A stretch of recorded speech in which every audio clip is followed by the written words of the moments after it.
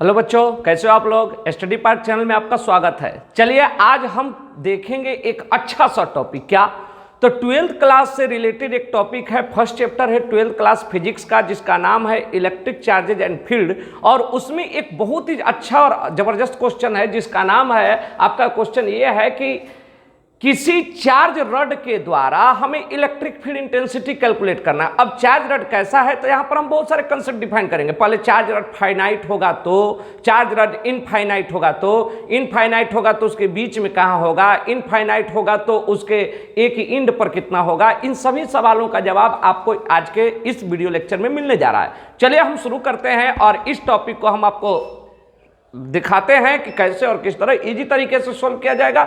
चलिए आइए हम कैलकुलेशन शुरू करते हैं, लेकिन उससे जानने से पहले आपको एक टॉपिक समझना होगा, इलेक्ट्रिक फील्ड क्या होता है। इलेक्ट्रिक फील्ड किसे कहते हैं, तो कहता है कि कोई भी चार्ज अपने चारों ओर एक इलेक्ट्रिक फील्ड आपका निर्माण करता है। इलेक्ट्रिक फील्ड में किसी भी पॉइंट पर एक स्ट्रेंथ को मेजर करना है तो इलेक्ट्रिक फील्ड इंटेंसिटी मेजर करते हैं। इलेक्ट्रिक फील्ड इंटेंसिटी कितना होता है, तो चलिए हम देखते हैं। अगर आपके पास एक पॉइंट चार्ज है, पहले क्वेश्चन क्या था उसको हम जवाब देते हैं और इसके बाद तब हम समझते हैं। अगर एक पॉइंट चार्ज है तो एक पॉइंट चार्ज के द्वारा अगर किसी पॉइंट पर आपको electric field intensity r distance पर निकालना है, तो आप कहोगे सर E बराबर 1/4 पाई एप्सिलॉन नॉट को हम k लिख सकते हैं, k इंटू क्यू बटा में r स्क्वायर। k का वैल्यू 1/4 पाई एप्सिलॉन नॉट, या फिर हम इसे 1/4 पाई एप्सिलॉन नॉट क्यू बटा में r स्क्वायर। अगर आपसे जैसे कहता है कि एक स्क्वायर है, उसके चारों वर्टेक्स पर Q1, Q2, Q3, तब बताइए कि चौथे वर्टेक्स पर इलेक्ट्रिक फील्ड क्या होगा। तो Q1 के कारण इलेक्ट्रिक फील्ड E1, Q2 के कारण इलेक्ट्रिक फील्ड E2 और Q3 के कारण इलेक्ट्रिक फील्ड आप कहोगे सर E3, और तीनों का सम कर देंगे, आंसर आ जाएगा। ठीक, लेकिन यहां क्वेश्चन क्या है, कहता है कि एक परिमित लंबाई का आवेशित छड़ है, यानी एक फाइनाइट चार्ज छड़ है, रड है, और इसके द्वारा इलेक्ट्रिक फील्ड निकालना है। चलिए हम आपका इसका एक फिगर ड्रॉ करते हैं और इस फिगर के द्वारा हम समझने का प्रयास करते हैं बच्चों। चलिए हमने आपका एक फाइनाइट माने इनफाइनाइट नहीं है, ये सीमित लंबाई का एक चार्ज रड है, ये सिलेंडर नहीं है, एक रड बनाते हैं। अब ये चार्ज रड आपका फाइनाइट लेंथ का है बच्चों, इस पर चार्ज आपका प्लस है। चलो प्लस माइनस भी मान सकते हो, केवल डायरेक्शन चेंज होगा, प्लस और माइनस। चलिए प्लस हम मान, अब कहता है कि इसका लेंथ जो भी है, अब कहता है कि फाइनाइट लेंथ का है और इससे मान लेते हैं कि आपका एक परपेंडिकुलर डिस्टेंस, ये परपेंडिकुलर है, तो एक परपेंडिकुलर डिस्टेंस आपका ए पर, आपका यहां पर एक कोई पॉइंट हम ले लेते हैं, मान लेते हैं वो पॉइंट आपका पी है। तो पी पॉइंट पर आपको इलेक्ट्रिक फील्ड इंटेंसिटी निकालना इस चार्ज रड के द्वारा, और इसका आपका लीनियर चार्ज डेंसिटी मतलब हम कह सकते हैं रेखीय आवेश घनत्व। रेखीय आवेश घनत्व बच्चों लेमडा माना गया। कितना माना गया, रेखीय आवेश घनत्व लेमडा माना गया, यानी रेखीय आवेश घनत्व लेमडा है, और इसके द्वारा इस पॉइंट पर इलेक्ट्रिक फील्ड निकालना। अब हमारे पास समस्या क्या है, समझिएगा, थोड़ा अच्छी तरह समझिएगा। अगर पॉइंट चार्ज रहता तो पॉइंट चार्ज के द्वारा किसी पॉइंट पर हमें इलेक्ट्रिक फील्ड इंटेंसिटी निकालने का प्रोसेस मालूम है, 1/4 पाई एप्सिलॉन नॉट या k इंटू क्यू बटा में r स्क्वायर। अगर एक से अधिक चार्ज होगा तो सबके द्वारा अलग अलग इलेक्ट्रिक फील्ड निकालकर जोड़ दे। ये कंसेप्ट कब के लिए है, जब पॉइंट चार्ज होगा। पॉइंट चार्ज होगा तो ये कंसेप्ट अप्लाई करेगा, लेकिन यहां तो पॉइंट चार्ज है नहीं, यहां तो कंटिन्यूअस चार्ज बॉडी है, यानी जो चार्ज हम दिए वो पूरे रड में फैल गया है। अब पूरे रड में फैल गया है तो पॉइंट चार्ज का हमें कैलकुलेशन आता है, लेकिन कंटिन्यूअस चार्ज का कैलकुलेशन हमें नहीं आता है। तो हम क्या करेंगे, हम ये करते हैं कि क्यों ना हम रड को ही हम छोटे छोटे टुकड़ों में बांट लें। अगर छोटे छोटे टुकड़ों से बना हुआ मान ले, तो अगर रड का एक छोटा सा टुकड़ा निकालोगे, वेरी स्मॉल, टेंड्स टू 0, बहुत छोटा सा टुकड़ा। अच्छा, चूंकि चार्ज है ना पूरे के पूरे रड में इनफॉर्मली डिस्ट्रीब्यूट है, तो जब इनफॉर्मली डिस्ट्रीब्यूट है तो एक छोटा सा टुकड़ा निकालोगे तो इसमें भी चार्ज का थोड़ा सा तो अमाउंट अबे करेगा, लेकिन जब थोड़ा सा अमाउंट को इसको निकालोगे तो यह behaves like a point charge, एक बिंदु आवेश की तरह ही व्यवहार करेगा। जब बिंदु आवेश की तरह व्यवहार करेगा। क्यों हम ऐसा कर रहे हैं? क्योंकि हमें पॉइंट चार्ज यानी बिंदु आवेश के द्वारा तीव्रता निकालने आता है, लेकिन कंटिन्यूअस बॉडी के द्वारा तीव्रता नहीं निकालने आता है। तो क्यों ना हम कंटिन्यूअस बॉडी को ही छोटे छोटे टुकड़ों में बांट लें और प्रत्येक के द्वारा अलग अलग तीव्रता निकालकर सबको जोड़ दें। अब जोड़ने में क्या दिक्कत आएगी कि यहां पर देखिए, अगर आपको 3 ठो पॉइंट चार्ज लिए हैं तो 3 ठो इलेक्ट्रिक फील्ड निकालकर जोड़ देंगे। 4 पॉइंट चार्ज होता तो 4 ठो इलेक्ट्रिक फील्ड निकालकर जोड़ देते, लेकिन यहां पर इतने छोटे छोटे टुकड़ों में काटे हैं तो कितना टुकड़ा काटा है हमें नहीं पता। तो हम ऐसा करेंगे कि एक टुकड़े का निकालकर और सबको क्या कर देंगे, जोड़ देंगे। और जोड़ने का एक प्रोसेस है मैथमेटिक्स में जिसे हम इंटीग्रेशन करते हैं। चलिए, बहुत ही इजी तरीका सा। तो हम क्या करें, आप ही के कंसेप्ट को लेकर चलते हैं बच्चों। और कंसेप्ट यह है कि कंटिन्यूअस चार्ज के द्वारा हमें, आपको कंटिन्यूअस चार्ज रॉड के द्वारा हमें यहां निकालना है। तो हम क्यों ना इसे छोटे छोटे टुकड़ों में बांटे। और ये क्वेश्चन में दिया रहेगा कि मान लेते हैं कि एक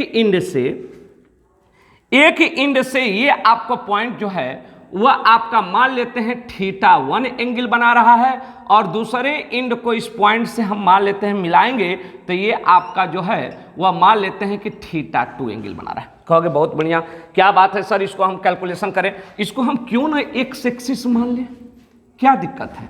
मान सकते हैं ना एक्स एक्सिस। अब बताइए कि एक्स एक्सिस मान लेंगे तो, और ये वाला आपका अगर वाई के अलोंग कहें तो हम आप कह रहे हैं कि छोटे छोटे टुकड़ों में बांटो। चलो हम छोटा सा टुकड़ा लेते हैं। एक वाई डिस्टेंस पर हम एक छोटा सा रॉड का टुकड़ा लेते हैं और इस टुकड़े का लेंथ आपका मान लेते हैं dy। कितना मान लेते हैं बच्चों? dy। एक छोटा सा चार्ज टुकड़ा लेते हैं और इसका लेंथ dy मान लेते हैं, और इसका यहां से डिस्टेंस मान लेते हैं, इसका यहां से डिस्टेंस मान लेते हैं r। कितना मान लें? r। और यह एंगल जो बना रहा है वो मान लेते हैं θ। ये पूरा θ2 है और इतना एंगल θ है। समझ रहे हैं? अब बताइए कि अगर इसको थोड़ा सा छोटा सा माने हो तो इसमें कुछ ना कुछ चार्ज का अमाउंट होगा। उस चार्ज के अमाउंट को हम dq मान ले कि इसमें जो चार्ज का अमाउंट है वो dq है। अब dq के द्वारा इस छोटे से, ये रड था, ध्यान दे, ये रड था बच्चों, और रड को हम छोटे छोटे टुकड़ों में बांट दिए। ये रड था और रड को हमने छोटे छोटे टुकड़ों में बांट लिया, और रड का एक छोटा सा टुकड़ा यहां लिया। अब इस छोटा सा टुकड़ा को अगर हम कट करके निकालेंगे तो वो पॉइंट चार्ज की तरह बिहेव करेगा, और इसके द्वारा यहां इलेक्ट्रिक फील्ड निकालकर और फिर इस dy के द्वारा निकालेंगे, फिर थोड़ा और ऊपर जाएंगे, फिर अगले dy के द्वारा इलेक्ट्रिक फील्ड निकालेंगे, और सभी छोटे छोटे पार्टों का इलेक्ट्रिक फील्ड यहां निकालकर और सबको सम कर दे तो टोटल रड का इलेक्ट्रिक फील्ड निकल जाएगा। यही ना कंसेप्ट है।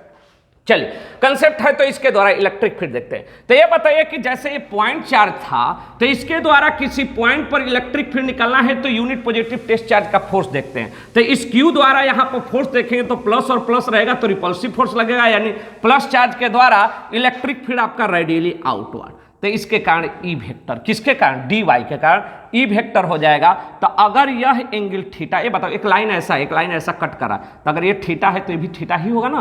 तो ये थीटा एंगल है तो ये एंगल भी थीटा होगा बच्चों। तो थीटा होगा तो इसके दो कंपोनेंट टूटेंगे। तो इधर आपका छोटा सा है तो इसको डी मान लेते, बहुत छोटा है तो छोटे चार्ज के द्वारा इलेक्ट्रिक फील्ड बहुत छोटा होगा। तो इधर हो जाएगा डी x बराबर, x कंपोनेंट हो जाएगा ना x एक्सिस के लॉन्ग, तो x एक्सिस के लॉन्ग x कंपोनेंट, तो dx बराबर डी cos थीटा, और इसका एक दूसरा कंपोनेंट आपका इधर आ जाएगा y एक्सिस के लॉन्ग, तो dy बराबर आपका dy बराबर डी साइन थीटा।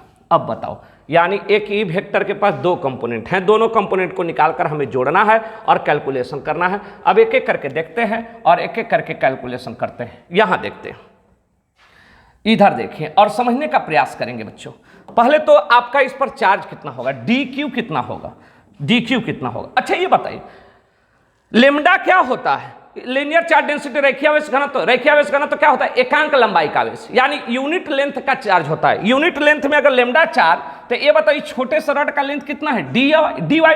तो यूनिट लेंथ में जो ये बताइए क्या होता है? लेमडा बराबर q/l। याद है ना, रेखीय चार्ज रेखीय आवेश घनत्व, लीनियर चार्ज डेंसिटी आपका एकांक लंबाई में आवेश। तो एकांक लंबाई में अगर लेमडा आवेश तो dy लंबाई में कितना आवेश? तो dq।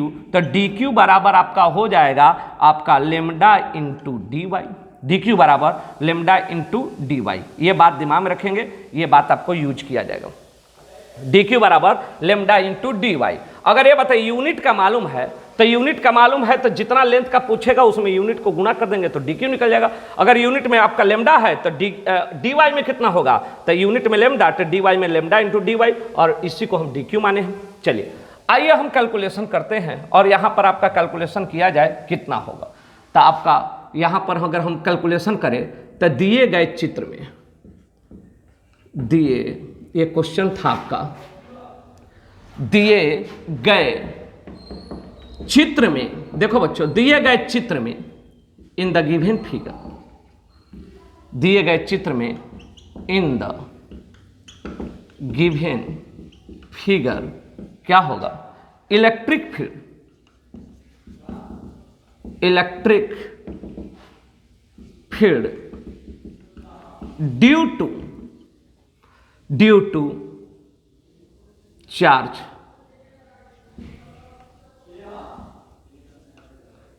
डी क्यू है, डी क्यू इज, दिए गए चित्र में आपका charge electric field due to charge d q is, यानी डी क्यू द्वारा उत्पन्न विद्युत क्षेत्र बच्चों, उत्पन्न विद्युत क्षेत्र। तो इस डी क्यू के द्वारा कितना विद्युत क्षेत्र बन रहा है, तो डीई। तो आप कहोगे सर डीई बराबर डी क्यू द्वारा उत्पन्न विद्युत क्षेत्र, दिए गए चित्र में डी क्यू द्वारा उत्पन्न विद्युत क्षेत्र डीई बराबर, बोले फॉर्मूला होता है के इंटू क्यू बटा में आर स्क्वायर। तो इसका चार्ज कितना है, तो डी क्यू, अब बटा में यहां से इसका डिस्टेंस कितना है, तो आर है, तो डी क्यू बटा में आर स्क्वायर। अब आगे बढ़ते हैं, आपका डीई बराबर आपका ई डी क्यू का वैल्यू कितना है, तो आपका लेमडा इंटू आपका के लेमडा इंटू डी वाई अब बटा में आर स्क्वायर। अब हमारे पास क्या है वेरिएबल, इसको इक्वेशन नंबर फर्स्ट मान ले बच्चों। तो इसमें हमारे पास वेरिएबल क्या है, देखो जैसे जैसे डी क्यू यहां लिए, फिर थोड़ा ऊपर जाएंगे तो डी क्यू, जैसे जैसे ऊपर जा रहे हैं तो y का वैल्यू इंक्रीज कर रहा है, मतलब y वेरिएबल है। यहां पर क्या वेरिएबल है, y। अब ये बताए कि अगर मान लेते हैं कि एक रड है, अब यहां से y लिए तो ये डिस्टेंस आपका r था, अगर y अब और बढ़ा दो तो यहां से डिस्टेंस आपका जैसे जैसे y बढ़ते जाएगा तो ये r का वैल्यू, अभी यहां से r डिस्टेंस है, जब y और बढ़ जाएगा तब यहां से r डिस्टेंस होगा, तो इसका मतलब हमारे पास r भी वेरिएबल है, y भी वेरिएबल है। अब दो हमारे पास वेरिएबल है, मतलब एक इंटीग्रेशन के अंदर हम क्या करेंगे, एक मिनट सुनिए, ये जो डी निकला है वो छोटे से डी क्यू के द्वारा निकला है, तो हम सारे रड का निकालना है, तो आप कहोगे सर एक तो डी के द्वारा डी क्यू के द्वारा डी निकल गया तो सभी डी क्यू को क्यों ना निकाल कर हम जोड़ दे, और जोड़ने के लिए इंटीग्रेशन कर दे। बच्चा इंटीग्रेशन कर देंगे बाबू, भैया इंटीग्रेशन कर दोगे, लेकिन दिक्कत यह है कि एक इंटीग्रेशन में केवल एक ही वेरिएबल यूज होता है, दो वेरिएबल का एक साथ इंटीग्रेशन एक इंटीग्रेशन के अंदर इंटीग्रेट करना संभव नहीं है, ये मैथमेटिक्स के रूल के खिलाफ है। यानी मैथमेटिक्स कहता है कि आपको इंटीग्रेशन करना है तो एक इंटीग्रेशन के अंदर केवल एक ही टाइप के वेरिएबल होने चाहिए, दो टाइप के वेरिएबल नहीं होने चाहिए, लेकिन यहां तो दो वेरिएबल है, वाई भी चेंज करा आर भी चेंज करा, और जब तक दोनों को एक वेरिएबल में नहीं कन्वर्ट करेंगे तब तक कैलकुलेशन करना संभव नहीं है। तब पहला काम है कि पहले इन दोनों को एक वेरिएबल में कन्वर्ट करें। चले कन्वर्ट करते हैं, हमारे पास ऐसा करते हैं कि देखिए एक राइट एंगल ट्रायंगल का फॉर्मेशन हो रहा है, देखो ये आपका ये राइट एंगल ट्रायंगल, देखो ये राइट एंगल, तो इस राइट एंगल ट्रायंगल में थीटा के लिए ये हो जाएगा हाइट, आपका ये हो गया हाइट, ये हो गया बेस, ये हो गया हाइपोटेनस। चलिए तो आपका क्या हो गया, हाइट, आपका हाइट हो गया परपेंडिकुलर हो गया, बेस हो गया, हाइपोटेनस हो गया, तो इस थीटा में आते हैं। तो हम एक बार समझते हैं कि आपका in given right angle triangle आपका दिए गए समकोण त्रिभुज में, दिए गए समकोण त्रिभुज में अगर बात करें तो हम बात करते हैं tan थीटा का। तो tan थीटा बराबर perpendicular by base, perpendicular theta के लिए परपेंडिकुलर क्या है बच्चों, तो y है, और बेस कितना है, तो बेस आपका a है। अगर tan थीटा बराबर y बाई a हो गया तो अब अगर हम बात करें तो यहां से हमें y बराबर आपका हो जाएगा a tan थीटा। तो कहोगे सर हमें y तो चाहिए नहीं, हमें तो dy चाहिए, तो आप इसका डिफरेंशिएशन करो, डिफरेंशियल इक्वेशन में तोड़ो, तो y को हम लिख सकते हैं dy बराबर ए इज द कांस्टेंट, चाहे आप यहां रहो, चाहे यहां रहो, चाहे यहां रहो, यह ए जो है वो कांस्टेंट है, ए में कोई वेरिएशन नहीं है। और y का डिफरेंशिएशन dy tan थीटा का इंटीग्रेशन डिफरेंशिएशन होता है sec square theta, sec square theta, और फिर पहले tan को तोड़ेंगे तो सेक स्क्वायर, फिर थीटा को तोड़ेंगे तो डी थीटा, ये हो गया dy। अब dy का वैल्यू हमारे पास से निकल चुका है, ठीक है। अब कहोगे सर dy तो dy किस में कन्वर्ट हो गया, थीटा के फॉर्म में। अब r को भी कन्वर्ट कर दो, अगेन अब r को कन्वर्ट करते हैं बच्चा, तो हम ऐसा करते हैं कि cos थीटा यूज करते हैं उसी ट्रायंगल में। देखिए इस ट्रायंगल में देखो थीटा है, तो cos थीटा बराबर बेस बाई हाइपोटेनस होता है, बेस आपका हो जाएगा a और हाइपोटेनस हो जाएगा बच्चों r, तो हमें r चाहिए ना, r बराबर a बटा में cos थीटा, तो r बराबर a सेक थीटा। अब हम आते हैं, ये आपका dy का वैल्यू भी थीटा के फॉर्म में आ गया और r का भी वैल्यू भी थीटा के फॉर्म में आ गया, मतलब दोनों एक के टर्म में आ गया, तो हम क्यों ना वैल्यू पुट कर दे इक्वेशन फर्स्ट में। देयरफॉर फ्रॉम इक्वेशन फर्स्ट बच्चों, यानी समीकरण 1 से आप क्या कहोगे, तो dy बराबर k इंटू आपका ये k इंटू देखिए लेमडा का वैल्यू फिक्स है, k का वैल्यू कौन सा, k का मतलब होता है 1/4 पाई एप्सिलॉन, लेमडा का वैल्यू फिक्स है। dy का इंटीग्रेशन, dy का वैल्यू आप रखें ना, तो आप कहोगे sir a sec square theta D theta, अब बटा में आपका सेक स्क्वायर थीटा, अब बटा में देखिए आर स्क्वायर है, मतलब ये आर का वैल्यू है तो इसका स्क्वायर करो ना, देखो आर स्क्वायर है तो आर स्क्वायर, कहोगे सर आर स्क्वायर है तो इसके जगह पर रखेंगे ए स्क्वायर और ये हो जाएगा सेक स्क्वायर थीटा। अरे स्क्वायर करोगे तो ए स्क्वायर सेक स्क्वायर, बच्चों सर ये तो कट जाना है, बहुत बढ़िया, एक ए से एक कट जाएगा, बहुत बढ़िया रे बाबू। अब आजा बच्चा लोग, आपका ई बराबर हम लिख सकते हैं के लेमडा बटा में ए इंटू डी थीटा। अब हमारे पास इक्वेशन नंबर 2 है, इक्वेशन नंबर 2 को हम यूज करेंगे, इक्वेशन नंबर 2। अब हमें एक्स और वाई कंपोनेंट निकालना है इक्वेशन नंबर 2 के बाद। अब एक्स और वाई कंपोनेंट निकालेंगे तो अब आपके सामने dy हो गया, तो dy आपने निकाल चुका। अब हम इसको आगे बढ़ते हैं, तो इतना आप राइट डाउन करेंगे, आपके सामने वीडियो होगा, वीडियो पॉज करें और आप इसे राइट डाउन करें डी। देखिए डी निकला, अभी हमें क्या निकला डी। अब डी निकला तो एक्स कंपोनेंट निकलना है, तो डी में हम cos मल्टीप्लाई कर देंगे तो एक्स कंपोनेंट निकल जाएगा, और फिर इसी डी में साइन मल्टीप्लाई कर देंगे तो वाई कंपोनेंट निकल जाएगा। तो जब हमारे पास डी का वैल्यू मालूम हो गया तो क्यों ना इसमें cos मल्टीप्लाई करके dx निकाल ले और साइन मल्टीप्लाई करके dy निकाल ले, एक्स और वाई कंपोनेंट निकाले, तो आपका इतना आ गया। अब इसको अगर हम आगे बढ़ें तो आगे बढ़कर इसको सोल्व करेंगे बच्चों, तो हमारे पास इसका सॉल्यूशन क्या आना है, इधर देखें और इसको समझने का प्रयास करें। देखिए अब इसको समझिएगा, अब हमारे पास क्या है कैलकुलेशन में, तो therefore x component of E vector, यानी ई वेक्टर का एक्स घटक, चल बच्चों ई वेक्टर का एक्स घटक, हमें एक्स घटक चाहिए, अब इसकी कोई आवश्यकता नहीं है तो हमें एक्स घटक चाहिए। हाँ इतना छोड़ देते हैं ताकि आपको इसको समझने में दिक्कत, तो इसको पुट करना पड़ेगा हमें।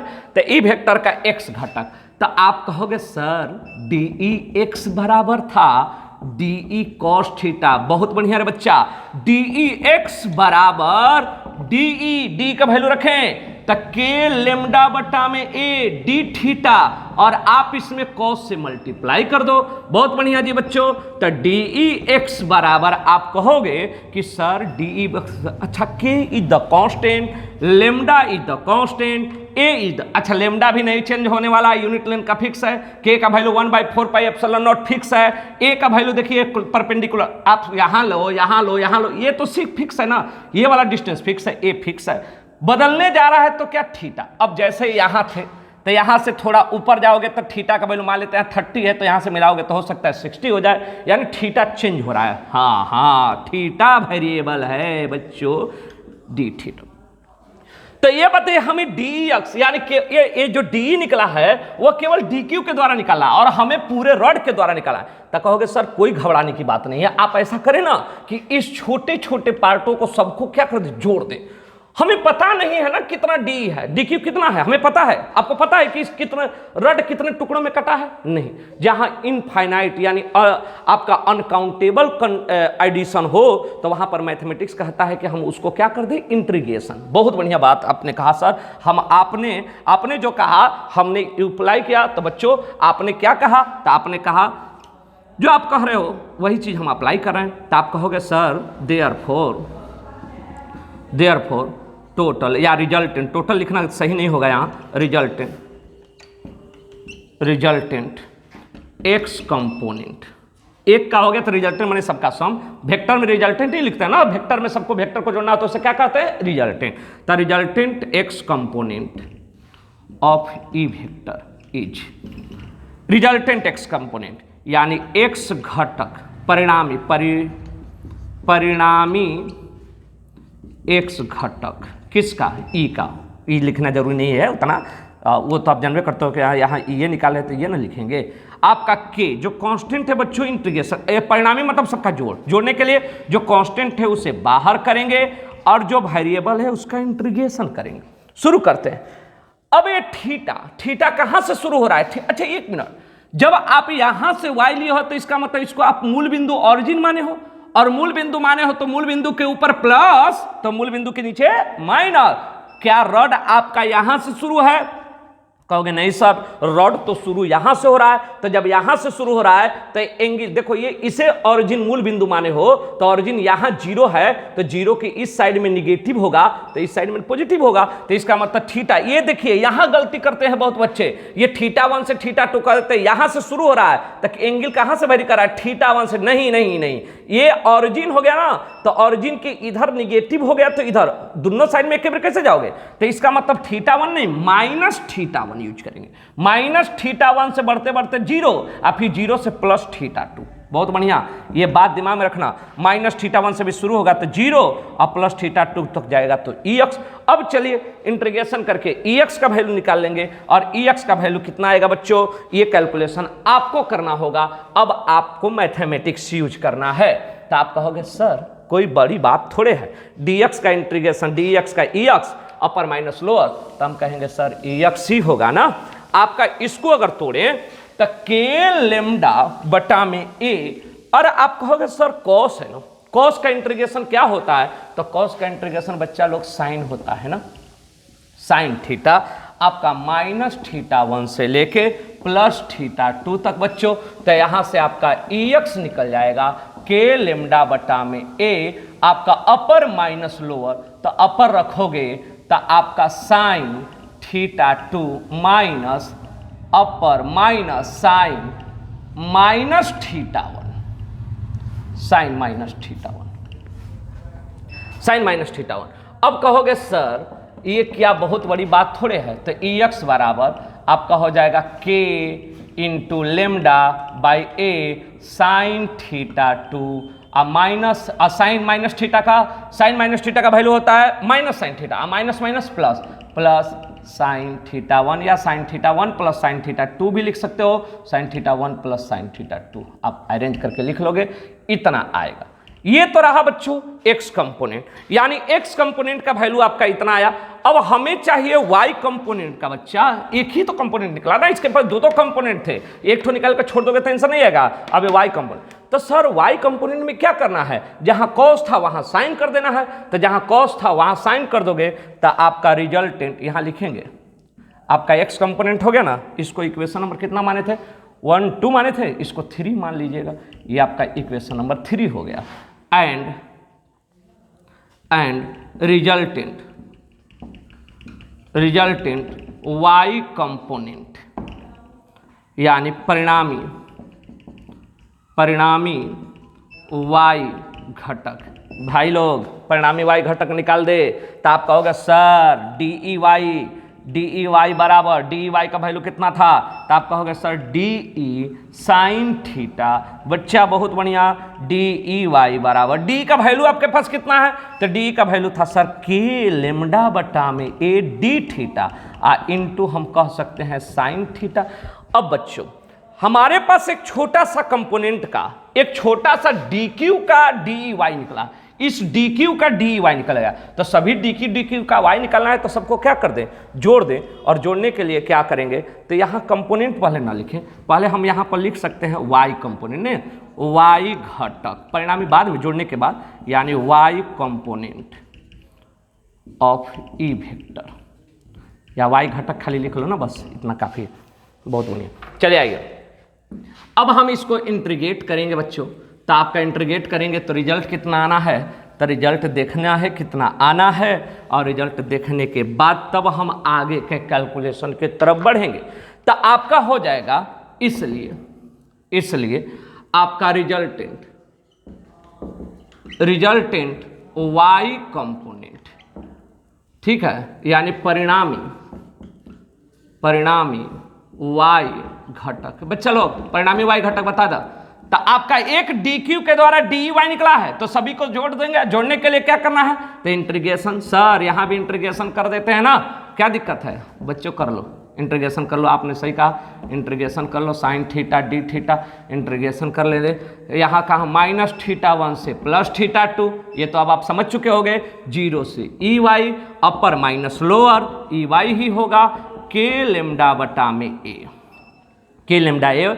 साइन का इंटीग्रेशन होता है -cos थीटा, -θ1 और +θ2, अपर माइनस लोअर लाओगे बच्चा तो आपका हो जाएगा अपर, तो आपका हो जाएगा -cos θ2 माइनस प्लस हो जाएगा cos थीटा, सॉरी -θ1 है, cos -θ1। अब मैथमेटिक्स क्या कहता है, ट्रिग्नोमेट्री कहता है कि cos थीटा पॉजिटिव हो जाता है, साइन में cos में पॉजिटिव हो जाता है, तो ये हो जाएगा प्लस हो जाएगा, तो cos θ1, cos θ बराबर cos थीटा होता है। और अच्छा, अरे से जानता है ना कि साइन -θ बराबर -sin थीटा, और cos θ बराबर cos थीटा, ये पॉजिटिव में आता है, इसलिए इसको ध्यान रखें, ये थोड़ा मैथ है। और -cos θ2, ये आपका हो जाएगा इक्वेशन नंबर 4। तो आपका ध्यान दें कि इस तरह से कैलकुलेशन कर सकते हैं, और इस तरह से कैलकुलेशन करने के बाद अब इसी को हम थोड़ा और आगे बढ़ाएं, इसमें कंसेप्ट बहुत अच्छा कंसेप्ट है बाबू, ये क्वेश्चन बहुत अच्छा सा क्वेश्चन है, ठीक है।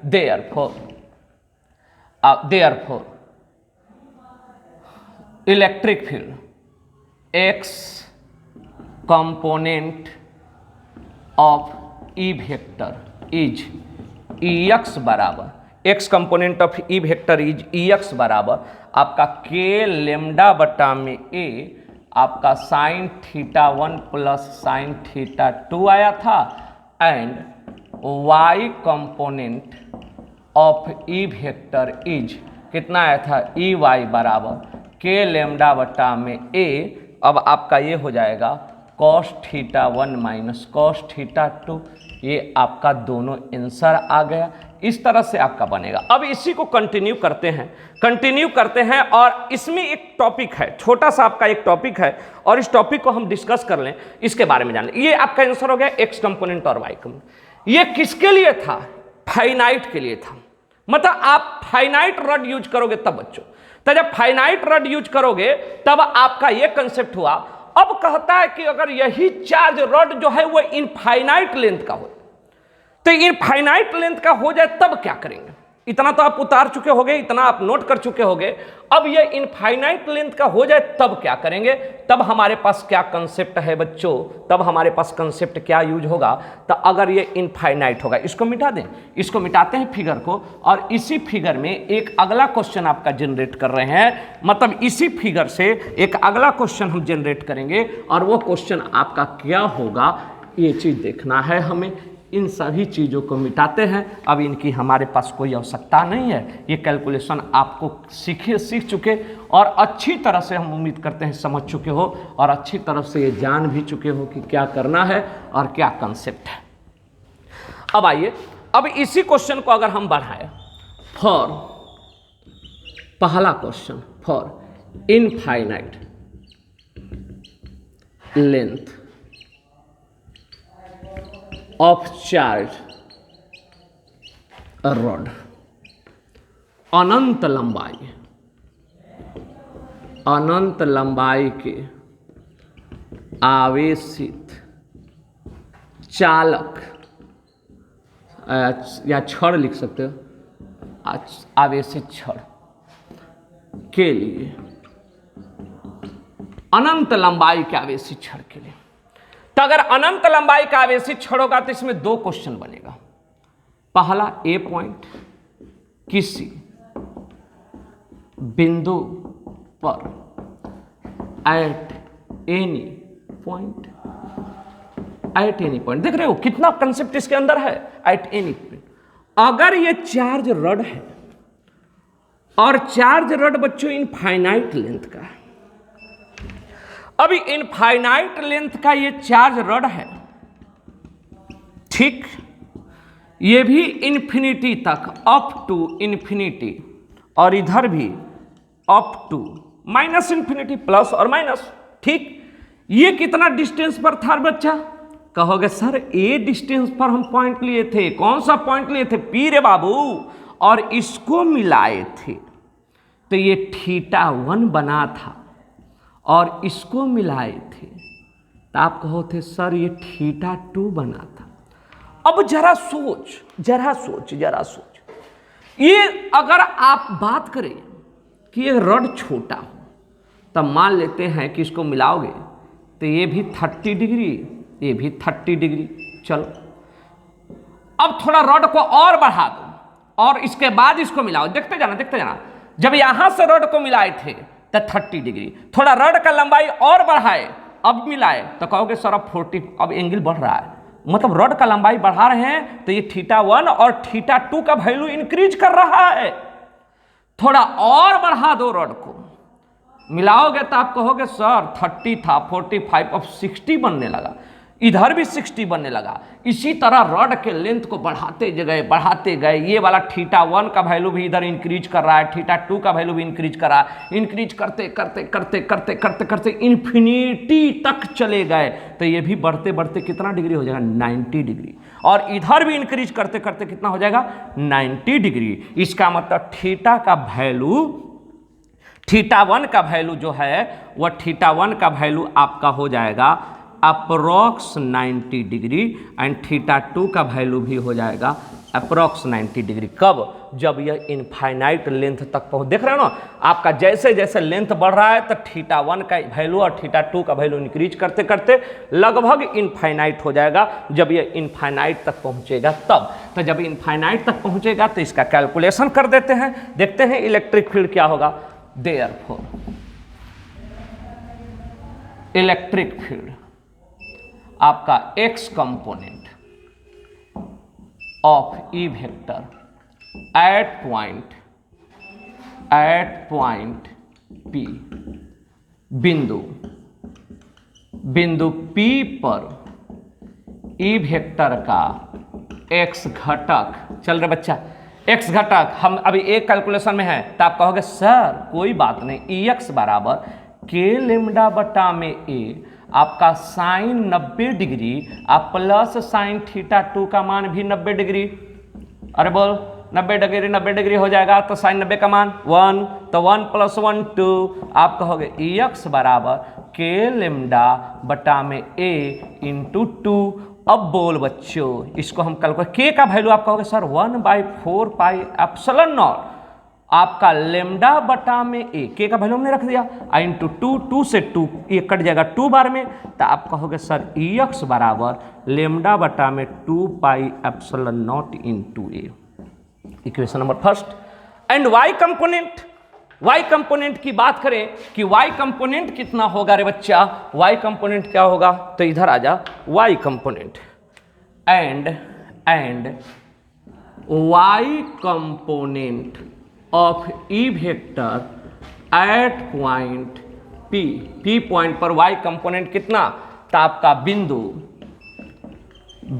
P पर ई वेक्टर का y घटक कितना हो जाएगा, तो Ey बराबर k लेमडा बटा में a, आप कहोगे सर cos θ1 माइनस cos θ2, तो कॉस थीटा 1 भी 90 डिग्री माइनस कॉस थीटा 2 भी 90 डिग्री, और इसका वैल्यू 0 होता है, कुछ भी मल्टीप्लाई करोगे तो ई वाई बराबर 0, यानी एक्स कंपोनेंट आपका इतना हो गया, वाई कंपोनेंट इतना हो गया।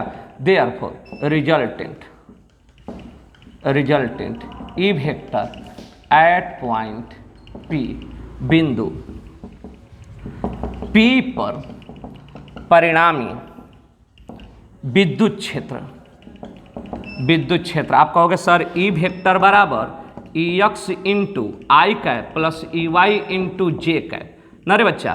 तो आप कहोगे सर ई वेक्टर बराबर ई एक्स का वैल्यू बोलो, तो ई एक्स का वैल्यू हो जाएगा लेमडा बटा में 2 pi epsilon not a into I cap plus 0 into J cap. या तो इतना लिख सकते हो आंसर में, आप आंसर में इतना लिख सकते हो, और नहीं तो मैग्नीट्यूड आप कहोगे तो ई वेक्टर का मैग्नीट्यूड बराबर आपका लेमडा बटा में 2 pi epsilon not into A answer हो जाएगा।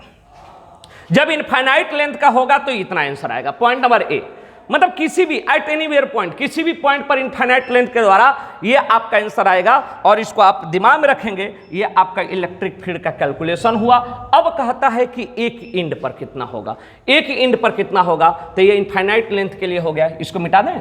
अब आपको बी पॉइंट की बात करें, तो एक पॉइंट की बात करें एट एनी वन इंड, एक इंड के पास बी पॉइंट की बात करें, बी पॉइंट में क्या होगा, at any one end, any one end ना, किसी एक सिरा के पास, किसी एक सिरे के पास अगर बात करें तो यह इनफाइनाइट लेंथ का चार्ज रड है।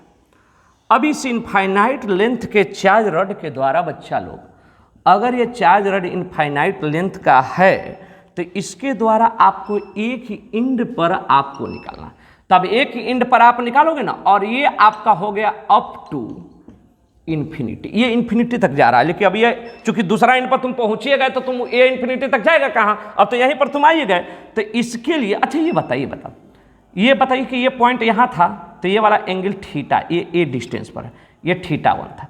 जैसे ही ये पॉइंट वहाँ थोड़ा नीचे आएगा तो आप कहोगे सर थीटा 2 का वैल्यू पहले से कम हो रहा है, ये पॉइंट और नीचे आया तो थीटा 1 का वैल्यू देखो जैसे जैसे पॉइंट नीचे आ रहा कम हो रहा है, कम होते होते जब यहाँ पर पहुँच जाएगा तो थीटा 1 का वैल्यू 0 डिग्री हो जाएगा, और थीटा 2 का वैल्यू, ये वाला थीटा 2 हो गया, तो थीटा 2 का वैल्यू अप्रोक्स जो हो जाएगा वो 90 डिग्री हो जाएगा। ठीक है, थीटा 2 का वैल्यू 90 डिग्री और थीटा 1 का वैल्यू 0 डिग्री। समझ रहे हो बात को, थीटा 1 का वैल्यू 0। ये बताओ जब यहाँ रहेंगे तब ना, एक मिनट, जब यहाँ बीच में रहेंगे तब ना ये थीटा 1 बनेगा जी इधर, और ये वाला थीटा 2 बनेगा बच्चा। तो लेकिन ये वाला पॉइंट पर जब नीचे आ गया यहाँ पर, तो ये वाला एंगल घटते घटते 0 हो ही ना जाएगा, तो ये वाला 0 डिग्री, थीटा 1 0 डिग्री और थीटा 2 बढ़ते बढ़ते 90 डिग्री। तो अब यहाँ पर एक्स और वाई कंपोनेंट क्या होगा, तो ई वेक्टर का एक्स कंपोनेंट की बात करेंगे तो आपका थीटा 1 जो होगा वह आपका 0 डिग्री और थीटा 2 90 डिग्री। तो यहाँ पर वैल्यू कितना हो जाएगा 1, और 1 का गुणा कर देंगे तो आपका ई एक्स बराबर आपका हो जाएगा के का वैल्यू हम कह सकते हैं आपका के 1/4 pi epsilon not, 1/4 pi epsilon not, lambda ऊपर हो जाएगा इंटू ए। इक्वेशन नंबर फर्स्ट आपका ये हो जाएगा, कौन सा वैल्यू, सॉरी ये वाला आपका हो जाएगा ई एक्स, एंड वाई कंपोनेंट आपका हो जाएगा कितना हो जाएगा बच्चों, तो वाई कंपोनेंट आपका हो जाएगा थीटा 1 का वैल्यू कॉस थीटा 1 का वैल्यू 0 डिग्री और माइनस कॉस थीटा 2 का वैल्यू 90 डिग्री, कॉस 90 का वैल्यू 0, इसका वैल्यू 1, तो आपका ई वाई बराबर हो जाएगा, ठीक, गुणा करोगे तो लेमडा बटा में 4 pi epsilon not a, equation number 2। अब ई एक्स और ई वाई का वैल्यू आप रख सकते हो और इतना बना सकते हो, ई एक्स और ई वाई का वैल्यू कब, जब इन्फिनिटी तक आएगा तब। तो इन्फिनिटी में 2 पार्ट हमने देखा, ठीक है। अब उम्मीद करते हैं कि आपसे ये बन जाएगा और आपसे कैलकुलेशन होगा। बहुत ही अच्छा क्वेश्चन था, और इन क्वेश्चनों को आपको बनाना सीखना है और इस तरह से आपको सीखना है। अगर आपको वीडियो अच्छा लगे तो इसको आप शेयर करें, जरूर शेयर करें, बाकी बच्चों तक पहुंचाएं और इसको आप राइट डाउन करिए। बहुत अच्छा क्वेश्चन है और आपके एग्जाम में ये आने जैसा क्वेश्चन है और ये आ सकता है। ओके बाय, बाकी हम आगे मिलेंगे आपसे।